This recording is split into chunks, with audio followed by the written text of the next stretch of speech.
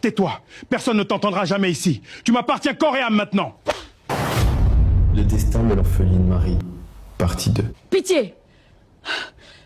Eh, regarde où tu marches, idiole! Tu te prends pour qui avec tes airs de starlet? Tu veux mourir ce soir? Répète ça pour voir, misérable! Chic, lâche-le! Tu as complètement perdu la tête depuis ton retour du pays, calme-toi! Laisse-moi tranquille, Lucas! Je suis en train de devenir fou à l'intérieur, je n'arrive pas à respirer!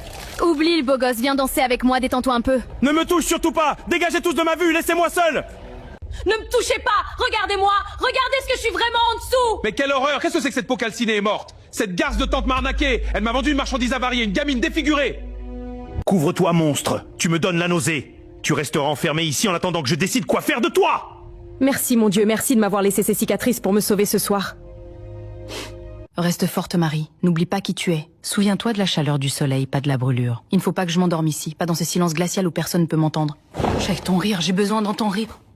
Allez! Sors de ma tête, laisse-moi jouer! Oui! Arrêt facile, on l'a fait! C'est pas possible, il vient de rater le pénalty le plus facile de toute sa carrière! Pourquoi je l'ai laissé là-bas?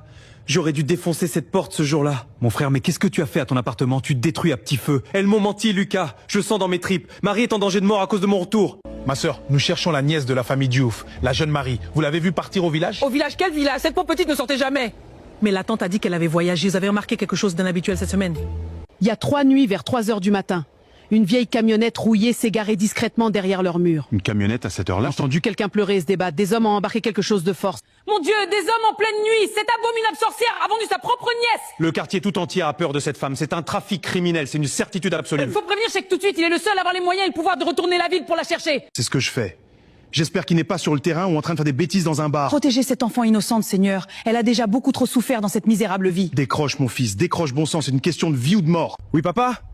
Je suis dans la voiture, on rentre du stade. Qu'est-ce qui se passe? Check, c'est très grave. Des voisins ont vu des hommes kidnapper Marie en pleine nuit dans une camionnette. Kidnappé? Mais vous êtes absolument sûr? Elle l'a vendu à un réseau, mon fils! La petite est en danger! Lucas, trouve-moi un billet immédiat. Je prends le premier vol pour Dakar dès demain matin. D'accord, je m'en occupe tout de suite. Monsieur Cheikh, grâce au bornage en urgence du téléphone de la tante, nous avons localisé le complice. Alors qu'est-ce qu'on attend? Envoyez toutes vos unités, je paierai tous les frais de déploiement s'il faut. Calme-toi, Cheikh. La police fait son travail, on va la retrouver vivante.